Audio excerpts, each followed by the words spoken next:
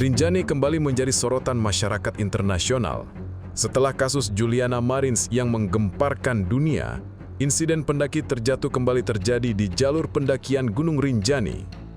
Kali ini, kecelakaan beruntun menimpa dua pendaki asing di jalur Pelawangan Sembalun menuju Danau Segara Anak. Insiden pertama terjadi pada hari Rabu, 16 Juli 2025. Benedict Emenegger, seorang pendaki asal Swiss, terjatuh dan mengalami luka serius hingga patah tulang. Sehari kemudian, Kamis 17 Juli 2025, wisatawan Belanda Sarah Tamar van Hulten terjatuh di jalur yang sama. Tak seperti Juliana, nyawa dua pendaki ini berhasil diselamatkan tim SAR gabungan yang bergerak cepat. Proses evakuasi pun hanya dalam hitungan jam. Selain kerja keras tim SAR dari darat, penggunaan helikopter harus diakui mempercepat proses evakuasi wisatawan dari salah satu taman bumi terindah di dunia ini.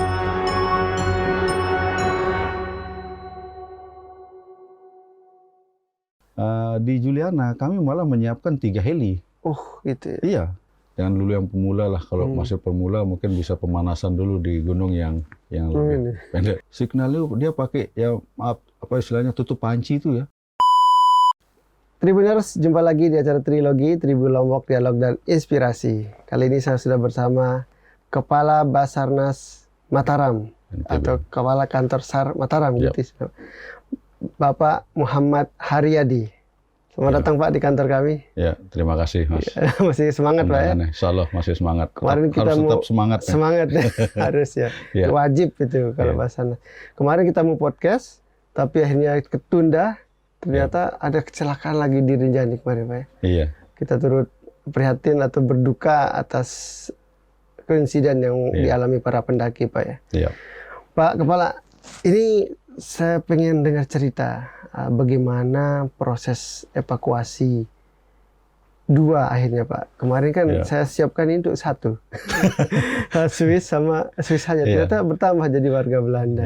Pak, bisa diceritakan dua-dua peristiwa itu. Jadi bagaimana proses evakuasi yang Swiss dan pendaki asal Belanda, Pak?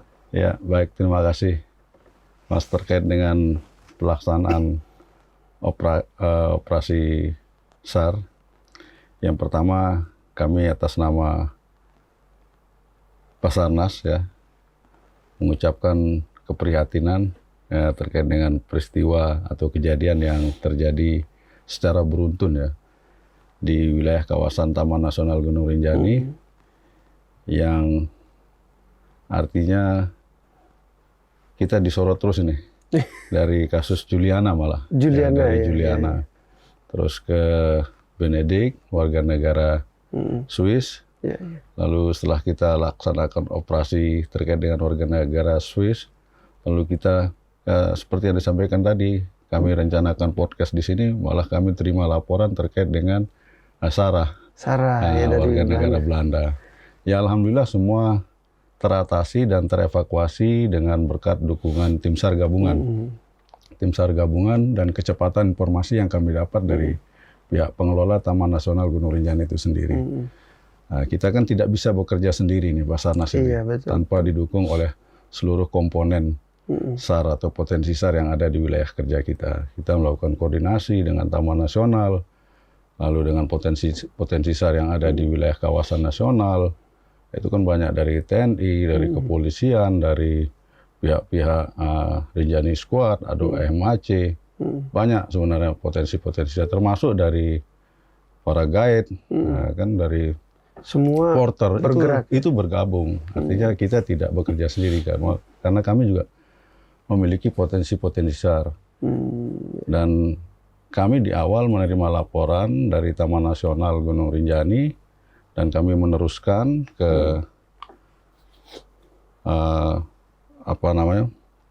instansi kami, khususnya yang berada di pos SAR Kayangan ya. Kayangan untuk melakukan pendahuluan ke lokasi, termasuk rekan-rekan dari unit SAR Lombok Timur. Lombok Timur. Ya. Itu kita rapatkan dulu ke lokasi, kita dekatkan, baru kita dorong lagi penguatan dari unsur-unsur baik dari kantor SAR Mataram sendiri maupun dari TNI, dari Brimob, dari Sabara, dari Koramil, dari Kodim, ya kita rapatkan semua. ke lokasi. Ya. Jadi dirapatkan, bukan rapat Pak ya, tapi Bukan langsung dirapat, bergerak. cuman digerakkan Mas. Gitu, ya. Digerakkan ya. Iya, iya. Ya, Saya kira nanti. untuk menuju ke lokasi. Iya, iya. Jadi semua begitu laporan masuk, langsung semua bergerak. Iya, bergerak. Kita dekatkan untuk lokasi. Tidak hitung kiri 1, 2, 3 pertimbangan banyak, langsung gercep. Ya, gitu, artinya gerak cepat. Gerak cepat ini kan bisa kita laksanakan apabila informasi yang kita dapat koordinasi secara terintegrasi ya, sinergitas kita dengan pemerintah daerah, dengan TNI Polri, dengan potensi-potensi besar yang ada di wilayah kerja kita. Iya. Nah, kalau yang kemarin yang pendaki Swiss itu gimana, Pak? Pendaki Swiss ini cukup parah itu saya lihat. Ya karena kita melihat dari dokumentasi, dari video yang beredar ya, ada pendarahan. Memang Rinjani ini kan rekan-rekan pendaki ini, tamu wisatawan ini kan naiknya semua dari posko Sembalun dan semua teregistrasi dengan didampingi oleh porter dan guide-nya. Ya kan? Kenapa kalau menurut saya selaku yang pernah menikmati juga kan panorama Rinjani ya dulu sebelumnya. Udah sering Pak ya? Iya, pernah lah. Kami pernah memilih jalur Sembalun. Salah satu pertimbangannya adalah teman-temannya kan mau ke summit, mau puncak. Nah, dari posko Sembalun menuju ke Pelawangan Sembalun, sebelum ke danau, malamnya naik ke summit, ke puncak, kembali lagi ke Pelawangan, baru turun ke danau. Nah, mungkin kami melihat ada faktor kelelahan ya, kelelahan, kecapean mungkin ya. Kita, situasi yang di lapangan bisa mengakibatkan yang bersangkutan itu korbannya terpeleset. Berapa kilo jaraknya? Dari kalau pintu Sembalun ke Pelawangan? Kalau untuk kilo, kami secara normal itu perjalanan yang ideal kami normal untuk ini pelaksanaan itu kurang lebih 8 jam. 8 jam kami melaksanakan. Normal. Itu yang pasukan SAR kan? Iya, termasuk ini. Yang beda dengan porter ya. Beda dengan porter. Kalau pendaki yang biasa biasanya bisa lebih lama itu. Tergantung kondisi fisik. Ya kan kesiapan pendakian itu kan bukan ujuk-ujuk dia mau berangkat mendaki. Kalau seorang pendaki yang profesional ya kan. Nah, kita melihat bagaimana kondisi alam, mempelajari kondisi situasi alamnya di situ, ya kan, menyiapkan kesehatan, fisik, mental, dan perlengkapan pendakian yang standar untuk kondisi di alam yang ada di wilayah Taman Nasional Gunung Rinjani. Ya, kalau yang pendaki Swiss tadi itu posisinya di mana itu? Posisi yang kita dapatkan itu informasinya. Survivor ini dari Pelawangan Sembalun menuju ke arah danau dan belum sampai di danau. Oh, belum sampai di danau. Habis muncak berarti, habis summit. Muncak, malamnya habis summit, paginya diperkirakan jam 9 ya, informasinya kami dapat itu. 9 turun dari Pelawangan Sembalun ke arah Danau Segarana. Dan sebelum sampai danau terpleset. Gitu. Lumayan dalam juga itu, sampai kok parah banget. Saya lihat yang pertama kalau kami melihat belum tidak terlalu masuk ke kedalaman gitu ya, karena masih jalur itu adalah jalur trekking, jalur ada kayak jalur setapak gitu, untuk menuju ke arah danau. Nah, mungkin terpleset di sekitar jalur itu. Makanya evakuasi kita kan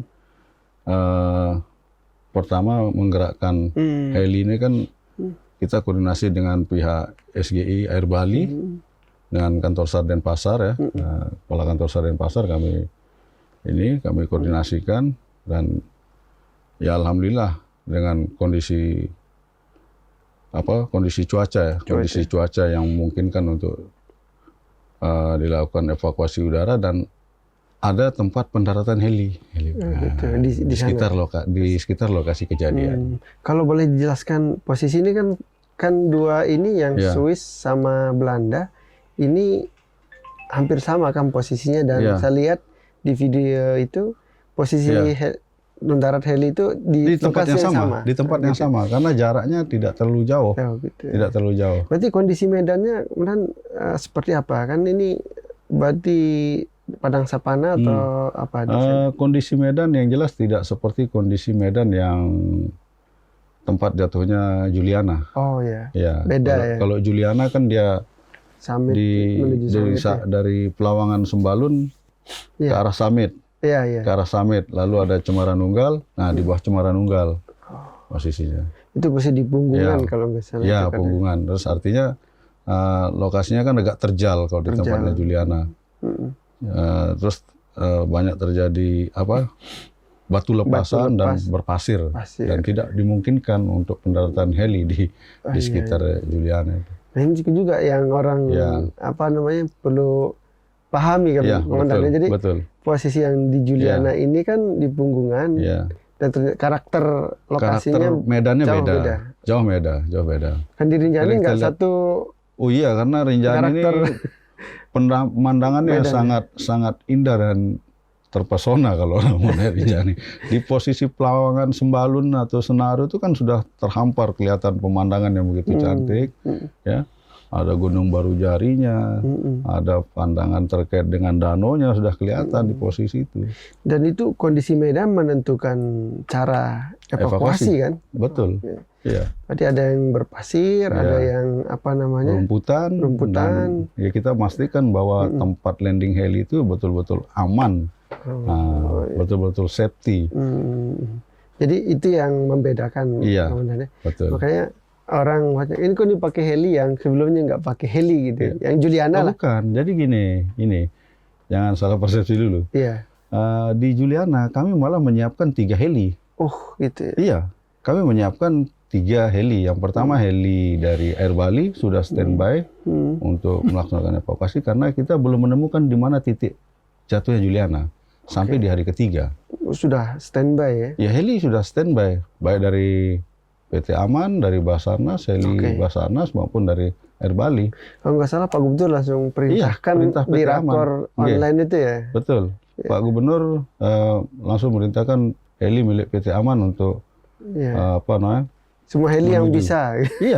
Iya, betul. Kami apresiasi Pak Gubernur.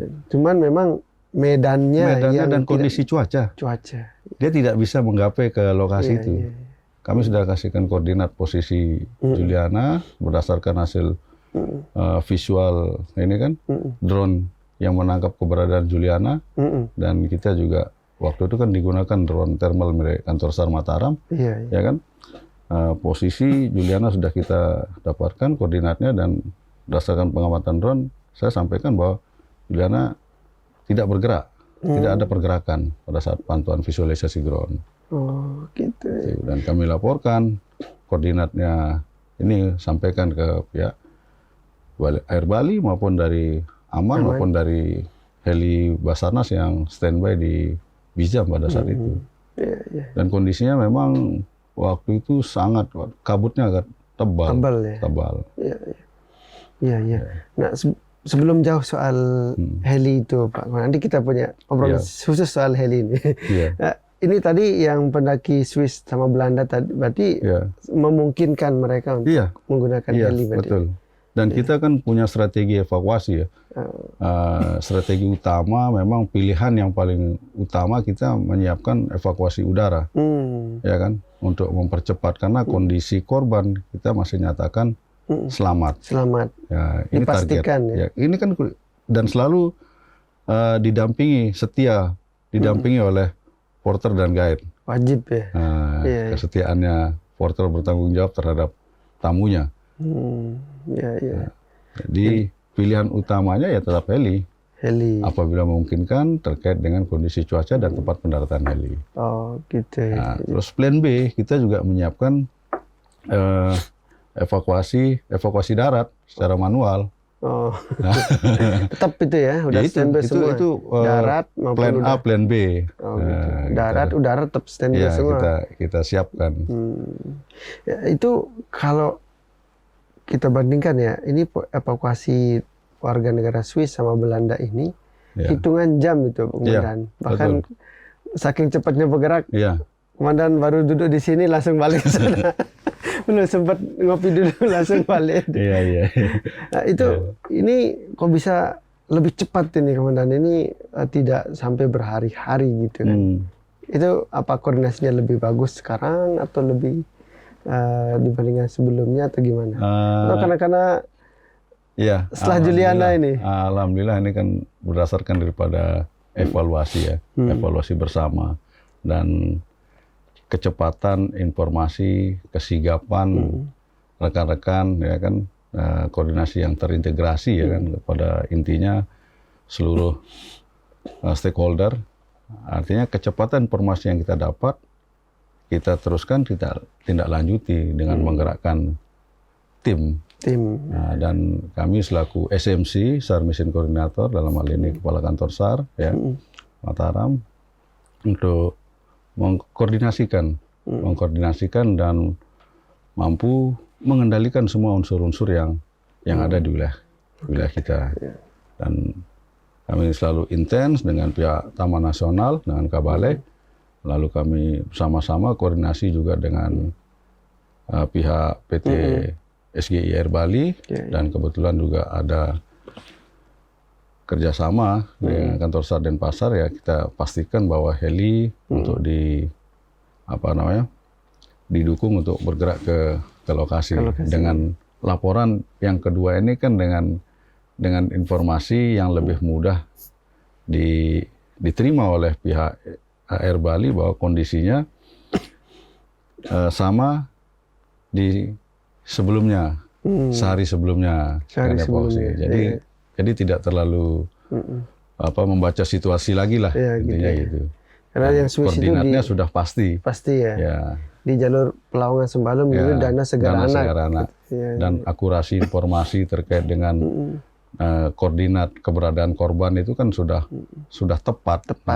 Dari informasi dari guide maupun porter yang ada. Berarti itu sangat menentukan. Iya, betul. Informasi sebelum ini menentukan bagaimana tim bergerak. Iya. Yang penting koordinatnya pasti, ya kan itu. Iya. Koordinat lokasi kejadiannya pasti, korbannya dalam kondisi bagaimana. Ya. Dan saya lihat juga yang dua pendaki yang Swiss sama Belanda ini, ketika alami insiden itu, ya tadi itu ada porter, ada pertolongan, udah ada dapat pertolongan pertama dari yang porter, termasuk teman-teman pendakinya juga di situ ya.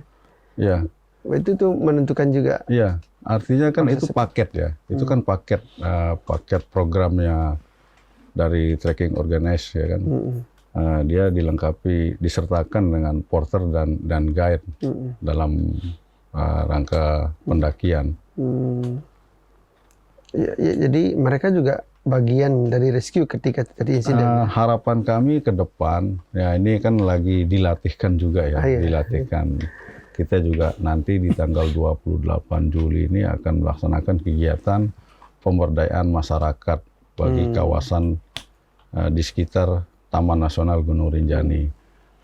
Adapun materi-materi, mungkin kita memberikan pembekalan terkait dengan pemahaman bagi para porter dan guide, minimal bagaimana memberikan pertolongan pertama pada saat kejadian seperti yang terpleset.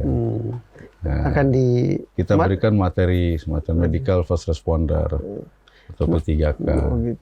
Kemarin juga di Sembalun ada pelatihan di Sembalun rescue. Itu yang dilakukan ya itu dengan pelatihan skema mandiri ya kan, yang didukung juga sama pemerintah provinsi yang dari Skyger ya. Ya pada prinsipnya silakan, dan kami juga untuk menambah volunteer atau potensi SAR. Nah, itu kan spesifikasi ke arah vertical rescue yang mereka laksanakan. Sebenarnya kalau vertical rescue ini khusus untuk pendakian atau memang bagaimana teknik pertolongan di ketinggian? Di ketinggian. Di jurang, ada yang laut, di beda lagi. Termasuk di dalam sumur. Itu termasuk ya. Termasuk vertical rescue. Bukan hanya gunung. Bukan hanya gunung. Dan itu minimal warga sekitar itu paham gitu.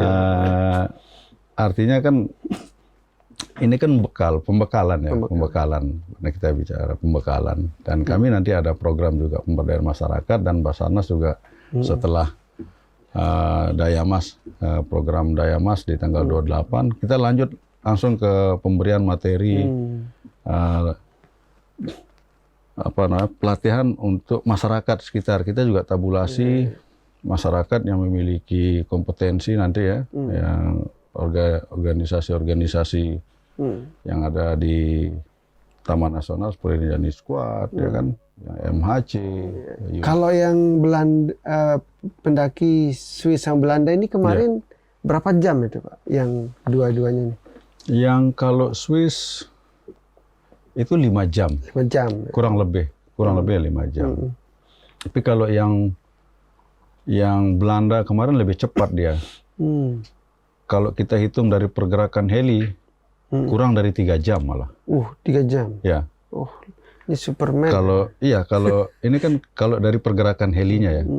Itu kalau saya coba cek ya dari kurang lebih 5 dan 3 jam gitu, Pak. Dari helikopter bergerak itu 15.45 dan helikopter tiba lagi di Bali 17.29. Ya kan? Udah sampai 3 jam. Iya, cepat ya. Ya kan? Nah, berarti sekarang 2 korban itu udah dirawat di Bali? Rumah sakit BMC Bali kita. Itu memang sudah ada kerjasama atau memang asuransi dengar itu di sana atau gimana? Jadi begini, kami hanya proses terkait dengan koordinasi, mengevakuasi, selanjutnya kami serahkan ke pihak yang korban, keluarga di situ. Keluarga, di pihak yang berwenang ya. Yang mau dibawa kemana gitu? Gitu. Jadi itu atas permintaan mereka. Itu saya dengar juga mereka juga pendaki ini ada asuransinya sehingga mau pakai apa dan sebagainya itu benar. Jadi begini. Kalau masalah asuransi itu perorangan ya. Perorangan ya. Dan dari pihak kawasan Taman Nasional mungkin ada semacam asuransi pendakian ya, itu kan tanggung jawabnya Taman Nasional. Oh gitu. Ya. Siap. Tapi kondisi sekarang 2 korban itu sudah di BMC. Sudah jadi artinya masih dalam perawatan. Iya. Ya, kemudian banyak yang bertanya kenapa evakuasinya ke Bali tadi itu dan helikopter datang dari Bali gitu. Yang pertama pilihan kami kenapa menggunakan helikopter milik Air Bali ya, karena ada janjian kerjasama ya. Yang kedua, helikopter tersebut memiliki sarana terkait untuk medis udara dan disiapkan dokter di dalam satu komponen helikopter itu. Dan beserta tim rescue-nya. Tim rescue. Bali dan dari pihak helikopter sendiri lebih safe-nya karena sudah memahami kondisi, kembali ke ini terkait dengan proses lebih lanjut, termasuk ke rumah sakit itu. Ke rumah sakit. Asuransi itu. Semua mereka yang ngurus. Ya. Langsung termasuk yang wisatawannya juga ada perjanjian sebelumnya gitu. Kalau perjanjian sebelumnya tidak ada. Tidak ada. Asuransi itu maksud saya. Ya, kalau itu kan perorangan. Perorangan itu. Ya. Karena kenapa nggak dibawa ke Mataram atau biar lebih jarak pendek, jauh. Kalau ngomong jarak itu juga termasuk pendek karena penerbangan dari lokasi dari Bali menuju ke tempat pendaratan heli yang di jalur pendakian itu kan hanya 45 menit. Oh gitu. Iya. Sebentar ya? Sebentar. Iya. Nggak berjam-jam. Itu kan jarak 45 menit waktu terbang. Begitu take off, 45 menit kemudian ya kita pantau terus ini. Perkembangannya. Memang kalau pakai heli ini setiap penerbangan itu butuh ada biayanya nggak atau komandan? Ada yang normal lah. Kalau bukan dari saja kami, bicaranya SAR aja. Kalau itu kembali ke pihak SGI. bukan ke kami. Iya.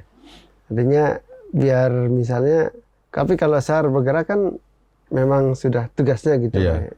Ya, kami terbatas pada terima laporan, melakukan evakuasi. Tapi SAR kami hanya membantu mengkoordinasikan dengan pihak heli gitu. Gitu. Siap. Masalah lain-lain ya silakan. Tapi SAR kita punya ada heli kan di sini. Untuk dari Basarnas, kita ada heli yang posisi standby-nya itu di ATS, Pondok Cabe, Tanjung Pinang, di Lanudal Tanjung Pinang, dan Lanudal atau di RON 400 Surabaya. Iya. Surabaya tadi Pondok Cabe di Bogor. Iya. ATS, Atang Sanjaya. Kayaknya Mataram atau perlu standby di sini heli ke depan. Ya, silakan. Iya, harapan kita ya Harapan begitu. gitu kan. Begitu. Berarti sampai sekarang kan belum Tapi nanti kami akan coba koordinasi dengan pemerintah daerah, dengan PT Aman ya khususnya. Ini kan ada heli di PT Aman. yang di Sumbawa. Oke, nanti kita coba silaturahmi ya ke PT Aman terkait dengan pergerakan heli. Ya. Iya. Oke.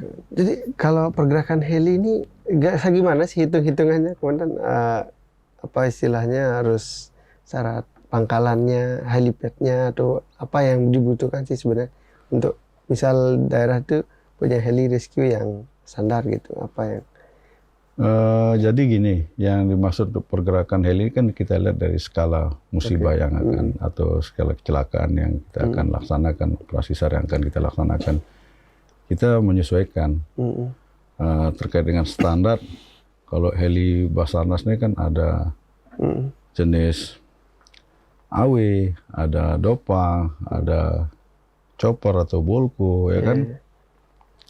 Yang sewaktu-waktu bisa digerakkan apabila terjadi situasi kegawat daruratan. Lalu yang ditanyakan tadi masalah Standar heli yang dipakai di rescue. Dan syarat-syaratnya kira-kira kita punya, ya ini ya nggak tahu ya pangkalannya apa standby di situ ada. Itu kewenangan pusat lah. Kalau menentukan kami kan hanya unit pelaksana teknis kantor pusat Badan SAR Nasional. Kita hanya pelaksana teknisnya aja. Gitu sih. Tapi ada maksudnya yang syarat misal daerah itu memiliki harus apa gitu? Untuk saat ini tidak. Tidak ada. Ini kewenangan kantor pusat untuk menempatkan, untuk deploy heli di mana itu kewenangan. Oke, siap. Kalau jenis helikopternya sendiri kan tadi beda-beda itu. Ada yang untuk rescue itu, ada yang apa sih, saya nggak paham itu. Jadi kalau kita kan ada Dopang, helikopter jenis Dolphin yang disertakan hoisting, ya kan, untuk kita melaksanakan vertical rescue, ya kan, evakuasi vertikal. Tidak perlu lagi kita dari heli menggunakan tali turun. Kalau zaman dulu kan langsung pakai net, ya kan, ada kayak jaring itu, naikkan, nah, itu sangat berisiko. Sekarang tinggal disantel menggunakan full body harness, korbannya dipasangkan full body harness, digabung ke tim rescuer, ya kan, tim rescuer yang sudah standby, lalu ditarik ke atas, dengan sudah sistem elektrik dia, otomatis dia, tidak perlu lagi kita main tarik. Itu perlu kita punya ke depan kayaknya. Kalau Basarnas sudah ada. Di Basarnas sudah ada, dan itu kan sering kita gunakan di sini pada saat siaga SAR khusus Mandalika. Di Mandalika itu kalau MotoGP kita selalu standby-kan. Oh, itu datang dari Surabaya dan ATS ya. Pantas jarang saya lihat di Mataram, di Surabaya dia. Pas MotoGP aja saya lihat itu. Ya, untuk pelaksanaan Basarnas kan bukan hanya di operasi SAR, termasuk kesiapan dalam rangka mendukung siaga SAR khusus, baik itu Lebaran, Natal Tahun Baru, terus event-event nasional maupun internasional. Ya, kita selalu standby. Standby itu ya. Siap. Nah, mungkin ke depan Kerinjani perlu standby khusus kayaknya. Iya, harapan kami begitu. Nanti dalam waktu dekat juga kami juga akan membuat semacam strategi penguatan ini ya, kapasitas kami dari Basarnas. Mungkin kami akan berkoordinasi juga terkait dengan untuk kecepatan dan ketepatan waktu heli kita dari perorangan. Ini kan posisi kantor SAR Mataram untuk menggerakkan unsur atau tim yang terdekat dari kantor SAR Mataram, kita kan dari Kayangan. Nah, mungkin ke depan kita membuat unit siaga SAR di Sembalun untuk mempercepat respon time itu. Jadi tidak hanya heli ya, tapi juga tapi darat orang, ini. Iya, Orang termasuk orang dan disertakan sama perlengkapan mountaineering nanti. Kenapa saya bahas heli, Pak Kepala? Karena memang sorotan warga ini heli terus. Iya, memang saya bilang tadi pilihan utama untuk evakuasi ya semacam apa? Heli, maka kita malah ribut bukan ke korbannya, ribut helinya di mana gitu, helikopter ya karena ya mungkin banyak juga nggak paham medan kita di sana, kemudian tahu peristiwa tapi nggak ya kita nggak tahu seperti apa medannya berubah-berubah juga kan sebenarnya. Jadi tapi yang jelas sorotan itu selalu mana helinya, ini perbaikan ke depan. Nah kalau yang tadi itu menarik soal pos-pos pengamanan. Akan diperkuat kemarin kayak gimana itu? Baik, terima kasih. Untuk pertama kami sampaikan tugas kantor SAR Mataram ini kan bukan hanya di wilayah kota Mataram, bukan hanya di Lombok Barat, bukan untuk konsentrasi ke Sembalun, tapi ke seluruh wilayah seprovinsi Nusa Tenggara Barat. Dan kami memiliki ada 3 pos dan saat ini 3 pos dan 2 unit siaga SAR. Yang pertama ada di pos SAR Bima. Itu mengawasi atau melayani jasa SAR di 3 kabupaten malah. Kabupaten Bima, Kota Bima, dan Kabupaten Dompu. Lalu kami juga punya pos SAR di Sumbawa yang melayani 2 kabupaten. Kabupaten Sumbawa Besar dan Sumbawa Barat. Oh dia nggak per kabupaten satu? Tidak berada di seluruh kabupaten kota. Nah, ini pos SAR-nya. Lalu bergeser ke Pulau Lombok.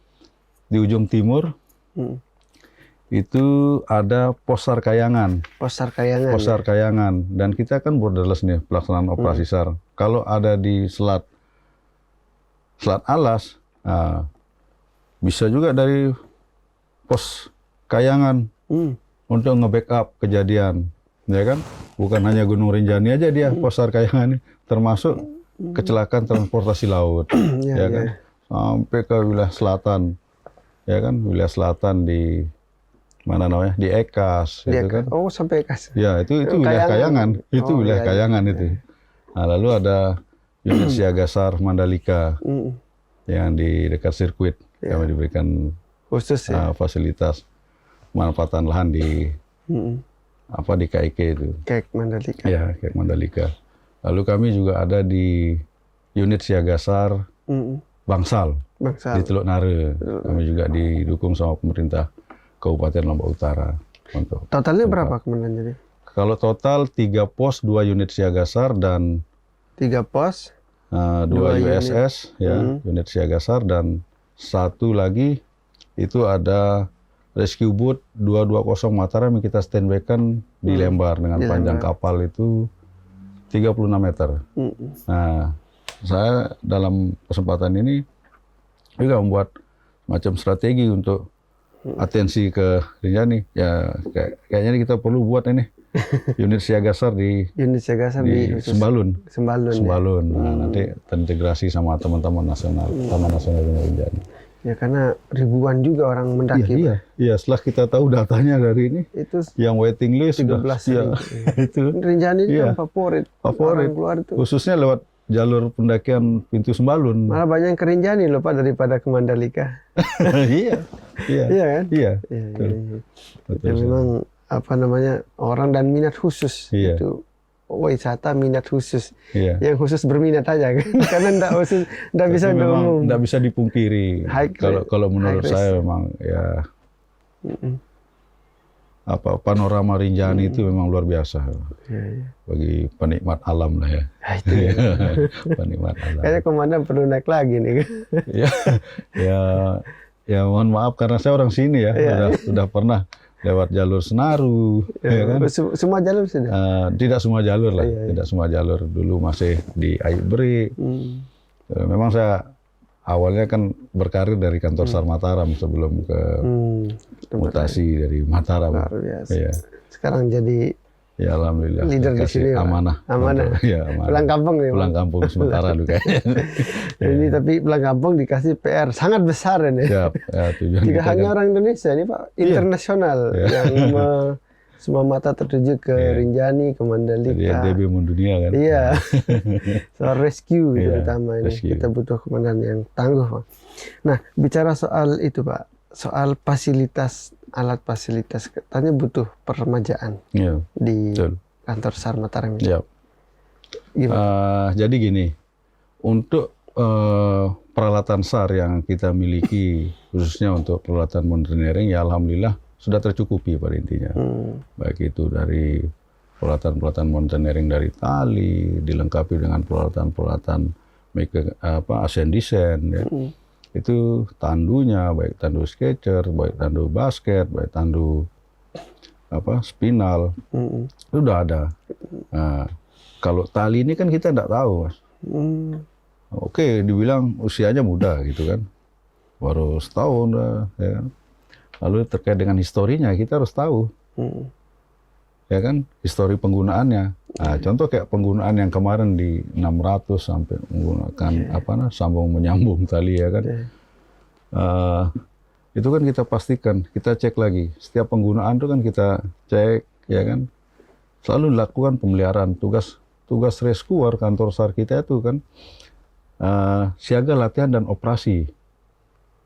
Itu tugas pokok rescuer. Siaga, latihan, dan operasi. Lalu apabila tidak ada operasi, rekan-rekan ini kan melakukan penyiapan, pengecekan, dan pemeliharaan sarana dan prasarana alut, ya kan, alat utamanya dia, termasuk peralatan mountaineering. Kita kan bukan hanya di gunung hutan, ya, tapi juga melakukan pelaksanaan di operasi di laut, ya kan, kecelakaan kondisi membahayakan manusia, termasuk orang jatuh di sumur, ya kan, orang terhimpit di dalam kecelakaan dengan penanganan khusus. Contoh aja kayak terjadi mobil terguling, ya kan, ada peralatan ekstrikasi di dalam peralatan kita. Dan itu kan kita secara profesional untuk bagaimana melakukan pelayanan jasa SAR. Nah, dengan banyaknya kasus ini perlu ada peremajaan, Pak? Ya perlu. Perlu, ya? Perlu. Dan kami sudah Mataram, ya? sampaikan ke pusat dan diatensi sama pusat, kantor pusat kami untuk segera diberikan peralatan-peralatan yang baru. Yang butuh helikopter, Pak? Nggak bisa. Kalau heli itu tergantung putusan. Ya? Karena biayanya besar kayak juga, Pak. Itu pimpinan punya. Pimpinan, siap. Putusan kantor pusat. Ya.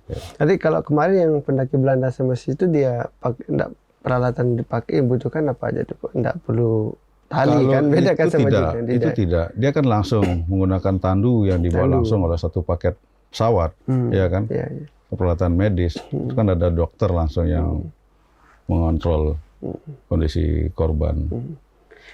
Nggak seperti Juliana kan? Oh tidak. Jauh lagi, kembali lagi Medan, situ. ya, kita kan kembali ke Medan. Iya. Jadi memang beda ya, beda lokasi, beda medan, beda cara penanganan. Ya soal kalau Juliana itu kan operasi SAR yang komplit dibilang. Pencarian dilanjutkan dengan pertolongan. Ada operasi SAR yang tidak dilakukan dengan pencarian. Korbannya sudah ada. Sudah ada.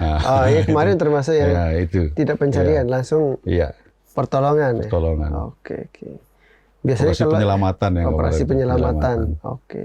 Nah, ini saya baru paham juga. Iya kan? Ini sama dengan banjir kemarin kan tidak perlu dicari karena korbannya sudah ada. Iya betul. Ada operasi yang tidak lakukan pencarian, langsung melakukan penyelamatan. Itulah gitu. Tugas kita itu kan melakukan pencarian, pertolongan, evakuasi, dan penyelamatan. Gitu, beda-beda tahapan itu. Iya. Ada operasi SAR, mencari dilanjutkan dengan pertolongan dan evakuasi. Pertolongan, evakuasi, beda lagi ya. Berarti kemarin pertolongan dan evakuasi ya? Iya. Yang Belanda sama Swiss itu. Jadi lebih cepat juga ya. Udara. Dengan itu kan udah jelas nih kondisi korbannya mengalami patah tulang ya kan, kelelahan, ada sedikit pendarahan di sekitar wajah korban. Nah, itu kan butuh medis evacuation dia, ya kan, evakuasi medis itu. Iya.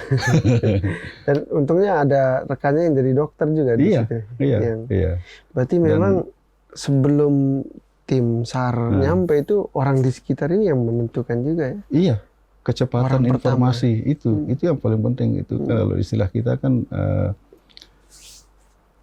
kayak macam apa, kalau tim yang kita buat dalam struktur organisasi operasi SAR itu kan langsung dia ada SC, ada SMC, SC-nya ini langsung ke Basarnas, SAR Commander ya. Ada SMC ya yang memiliki kompetensi kualifikasi di bidang pengendalian operasi SAR.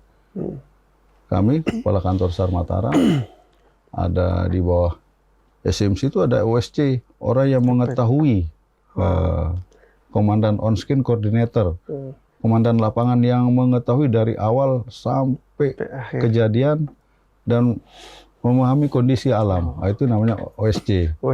On-Skin Coordinator. On-Skin Coordinator. Lalu di bawah OSC itu ada Dansru, komandan Seru unit yang melakukan pergerakan di lapangan, Seru 1, tim 1, tim 2. Ya, gitu. Jadi sudah ada spesifikasi tugasnya. Ya, artinya kita langsung bentuk semacam satu struktur organisasi operasi. Kalau komandan dulu kan di daerah lain kan udah sering dulu pengalaman penyelamatan yang paling seru, maksudnya yang paling menantang di mana? Kalau menantang, ya alhamdulillah ya, pertama saya masuk di usia 26 tahun masa kerja di berkarir di bidang SAR ini. Saya pernah di Kalimantan, pernah di Makassar, pernah di Surabaya sebagai kepala kantor SAR Surabaya. Menangani wilayah kerja se-Jawa Timur. Luas sekali. 38 kabupaten kota. Di sini cuma 10, Pak. Tapi sekalinya jatuh itu heboh sedunia. Bos. Langsung mendunia. Langsung dunia, ya. Nah, itu sama aja sebenarnya pada intinya, yang artinya apabila operasi SAR ini terintegrasi, yang pertama siapa berbuat apa sudah jelas ya, tupoksi masing-masing ini. Kalau secara ini kita kerjakan bersama-sama ya, insya Allah tidak ada yang berat. Tidak ada yang berat. Yang penting koordinasi yang terintegrasi. Tujuannya kita kan sama, kemanusiaan. Artinya kalau kemarin sering juga turun dulu ya, untuk sebelum jadi kepala lah gitu. Itu di Lombok dulu pernah mengalami hal yang lebih ini enggak? Pernah. Mau cerita pengalamannya Komandan? Kalau pengalaman saya di sini, ya saya sampaikan bahwa dari tahun 2001 lah ya. 2001 itu kita membentuk kantor SAR Mataram yang sifatnya adalah merupakan perwakilan kantor SAR Denpasar di Mataram. Kalau sekarang kan istilahnya pos.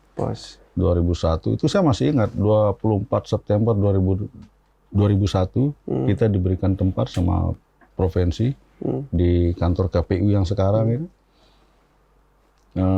Belum ada kantor juga kita sering saya pernah melakukan evakuasi kerja dengan Air Bali dulu, sama Air Bali tahun 2001 dikala kita belum punya fasilitas peralatan yang memadai, dengan tuntutan peran ya kan, permintaan daripada korban yang WNA ini. Kerinjani juga? Iya, yang di Pelawangan Senaru dulu. Itu hitnya dulu Senaru malah. Kita dulu ngejarnya ke danau. Karena ada desa ya di sana, desa adat. Ya kan, desa adat dulu. Nah itu 2001 warga negara. Saya masih ingat usia 61 tahun harus minta dievakuasi dengan menggunakan heli. 61 tahun. Itu warga England juga dulu. Saya masih ingat. Nah, kalau cerita pengalaman. Itu gimana Komandan? Ya alhamdulillah terevakuasi. Kalaupun waktu itu kan heli dengan standar yang belum dilengkapi dengan peralatan evakuasi medis udara, ya kan. Dan kita bisa meyakinkan heli dengan komunikasi dengan pihak kapten, pilot bahwa lokasi tersebut tidak kami rekomendasi untuk dilakukan pendaratan. Ya, risiko-risiko yang harus kita perhatikan itu kan paling pertama keamanan dan keselamatan. Ya kan, penolong, alut dan yang ditolong. Nah, itu kan prinsip safety. Evakuasi itu kan memastikan bahwa keamanan dan keselamatan bagi penolong, yang ditolong dan lokasi di sekitar. termasuk alut yang kita gunakan. Orang yang nolong juga harus. Nah itu paling penting itu. Sebelum nolong orang lain. Iya. Iya. Kejadian itu. Lalu 60 tahun berarti sudah lumayan. itu Perempuan tahun- apa laki-laki? laki dulu. Itu tahun 2001. Oh jatuh di mana itu? Dia terpleset juga di Senaru waktu itu, di Pelawangan. Jatuh berapa meter deh? Dia tidak jatuh dan dia trauma. Dia trauma. Iya. Dia trauma. Namanya udah tua mungkin waktu itu, Mas. Iya, iya. Trauma dan dia tidak sanggup untuk melanjutkan, dia minta dievakuasi dengan heli. Ya, inilah permasalahan. Sedikit-sedikit kalau udah minta heli ini ruwet dah. Lalu Tapi sebenarnya bisa pakai darat. bisa. Tapi bisa. mau heli ya. Iya, bisa. Ya karena kondisi cuaca tidak memungkinkan ya kembali lagi prinsip safety. Iya. Ya kan? Prinsip safety. Iya, iya. Nah, saya komunikasi juga waktu itu saya masih dan tim juga, masih dan seru gitu kan. Iya, dan. Udah, bagaimana caranya? Tiba-tiba pagi sudah ada di rumah sakit umum provinsi Iya. yang di Yang pokoknya saya bagaimana caranya? Nah, langsung mungkin bisa aja mungkin dievakuasi manual, evakuasi manual yang jelas malam itu. Dan itu kondisinya malam hari. kondisi waktu itu jam 3 atau jam 4 saya ingat waktu itu masih Bandara Selaparang. Kita di onboardkan di situ, dijemput. Saya cek. Ini udah mulai kabut nih. Iya, iya. Pengamatan pilot juga Sudah mulai. ini kembali. Jadi berapa tahun yang lalu tuh? 24 tahun berarti. 24 tahun. 24 tahun yang lalu. Masih muda-muda kita tuh. Masih kenceng lah. Terus ada evakuasi juga, evakuasi. Tapi yang 61 itu dia pakai darat atau heli akhirnya? Darat. Darat. Iya, evakuasi pakai porter. Porter. Tapi Manual. cepet ya. Cepet. Iya. Wah, gitu. Berarti lari gitu. Loh, yang kan ada tim medis, perawat, mungkin di bagaimana cara teknisnya ya teman-teman waktu itu ya kita juga Survive. masih kekuatan personil kantor SAR itu perwakilan itu masih 8 orang saya. Masih terbatas banget. 8 orang? Oh. Masih 8 orang. Iya, iya. Itu kan cikal bakal pembentukan kantor SAR atau Basarnas yang ada di Mataram kan 8 orang dulu. 8 orang itu. Iya. Ya. Jadi belum selengkap sekarang lah. Oh belum, kantor pun masih numpang. Itu di bandara lama, Pak ya? Enggak, di KFK yang dipakai KPU sekarang depan Masjid Raya Takwa gitu. ini. Oh iya, iya. Nah. Siap. Ya. Dan sekarang jadi kantor tempat KPU. KPU. Iya. KPU NTB. Sempat kita ngantor bareng sama KPU. Kita dapat Tapi bersama. akhirnya boleh Inggris itu bisa sampai juga ya? bisa Selamat. Selamat ya. Kenapa nggak pakai heli aja waktu itu? Sudah diupayakan pakai heli karena kondisi cuaca tidak memungkinkan. Oke. Lagi-lagi ya. Lagi-lagi cuaca dan posisi tempat pendaratan helipad heli juga tidak memungkinkan. Mungkin kan. Nah, Ternyata masalahnya nggak hanya pas Juliana ya. waktu itu juga belum ada HP. HP ya. Ini belum ada sosial media. Belum ada. Sosmed belum ada, HP juga belum ada. Orang punya HP tentu orang hebat dah. Kan itu. Belum cepat bisa ngelaporin. Nah dulu, ini yang saya belum cerita. Waktu itu bagaimana kita bisa memastikan bahwa korban itu di lokasi itu. Oke. Nah, itu masih tradisional ya dulu. Dulu alatnya pakai apa, Bang? Nah, waktu itu masih kita komunikasi pakai radio. HT ya. Nah, dibantu dengan teman-teman. Belum ada smartphone ya? Belum ada, Bang. Iya. Kalau kita dulu. Terus pintarnya masyarakat dulu, kecerdasan ya, cerdas saya bilang. Alam ya. Nah, dan saya alhamdulillah waktu itu yang sempat onboard, saya yang onboard sendiri. Siapa yang tahu wilayah ini? Dia bilang. Saya bilang siap, saya pimpinan dulu. Siap, pimpinan tahu. Kamu pernah naik? Siap, pernah saya bilang. Pernah, memang saya pernah. Dulu kan saya kuliah, jalan-jalan ke Rinjani tahun 97, tahun 90-an. Udah lama. Ya, Itu masih alami rimbun. Masih dulu lewat Senaru. Dan saya pernah naik lewat situ, ya silakan kamu ikut. Ikut.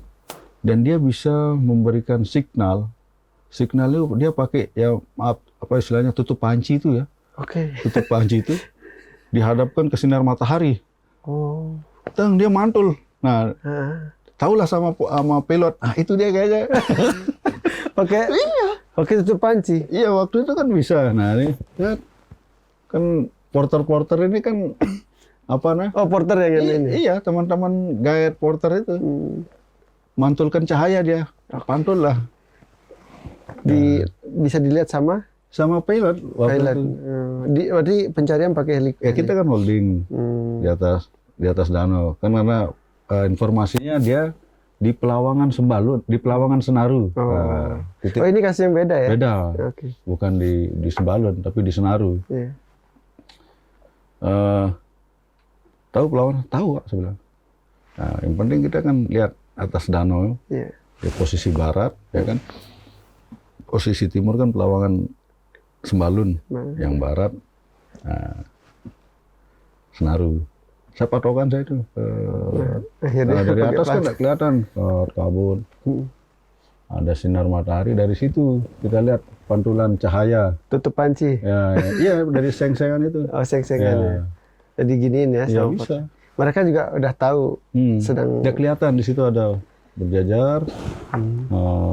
satu orang atau banyak Banyak. yang pakai tutup Kelihatan yang terpantau satu waktu itu. Lalu heli mendekat dan memastikan di sekitar sana apakah memungkinkan atau tidak untuk pendaratan. Emang sama sekali space-nya enggak ada. Ya saya kan kembalikan semua ke pilot waktu itu. Kita kembalikan semua keputusan ada di kapten pilot. Jadi akhirnya balik Kembali RTB dulu. karena balik nggak lagi ke Selapara. memungkinkan ya. Nah, kita koordinasi kembali dengan tim yang ada di lokasi. Tim kita memang sudah ada, sudah naik. Sudah di Dan- sama korban. Iya, sudah ada yang naik sebagian.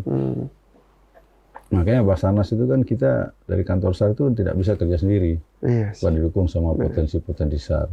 Ini penyelamatan nyawa manusia. Iya, San. tidak bisa. Tidak bisa ada instansi Superman. lagi ya.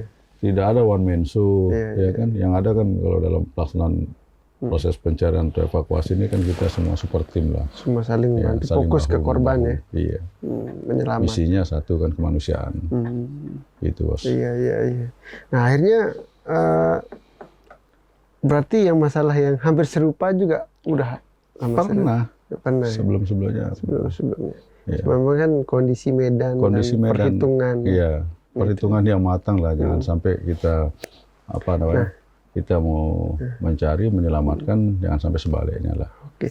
Kalau dulu pakai tutup panci, sekarang kan bisa pakai jam Bisa. tangan. Kan? Nah, kalau sekarang kan tinggal elevasinya berapa, tinggiannya berapa, posisinya tinggal laporkan. Ya kan itu.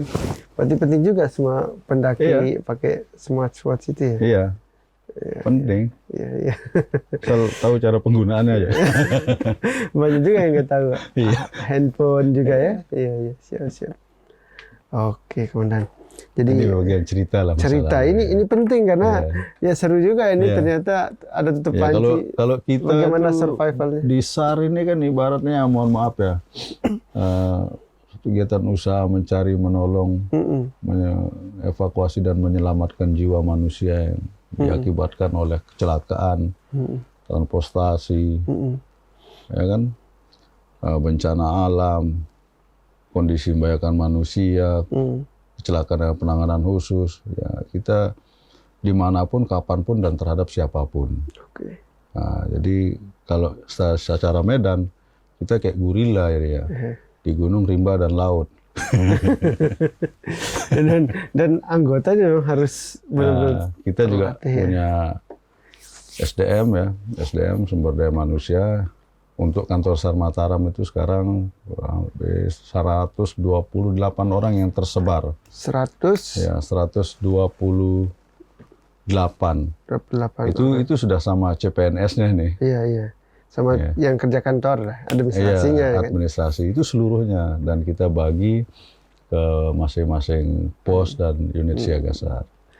Tim lapangan hampir semua atau? Enggak, tidak semua. Tidak semua. Karena kan di ASN juga ada peta jabatan ya, di anjapnya mereka. Siap. Kalau reskornya aja ini kan seluruhnya itu 66 orang ditambah 26 orang lah sekarang. Sekitar 80-an. 80-an. Itu sudah ideal nggak untuk NTB? Kalau bicara masalah ideal, sejauh ini belum sih. Karena kita juga kan ASN ya, tergantung dari pemerintah untuk menyediakan formasi ASN. Siap.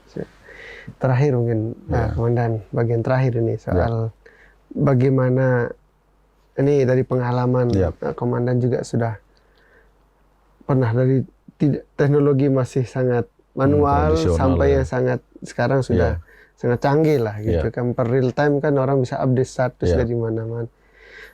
Itu apa kira-kira rekomendasi untuk pendakian yang aman dari perspektif teman-teman di SAR? Dari perspektif kami ya, dari mungkin bukan hanya dari SAR ini, secara umum aja. Siap. Yang pertama, kalau mau mendaki, himbauan atau saran kami agar kita kan pendakian ini bukan hanya warga lokal ya.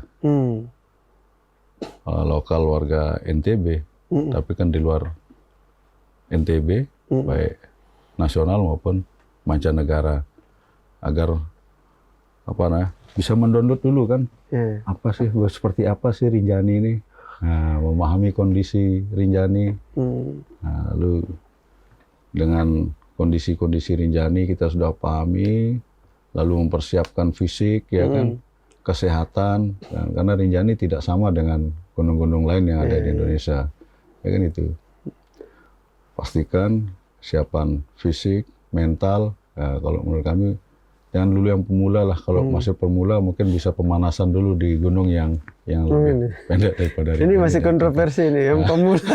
Kita kan mau jangan karena hanya mungkin pengen mendaki karena FOMO gitu istilahnya sekarang. FOMO atau sekarang ini ya kan.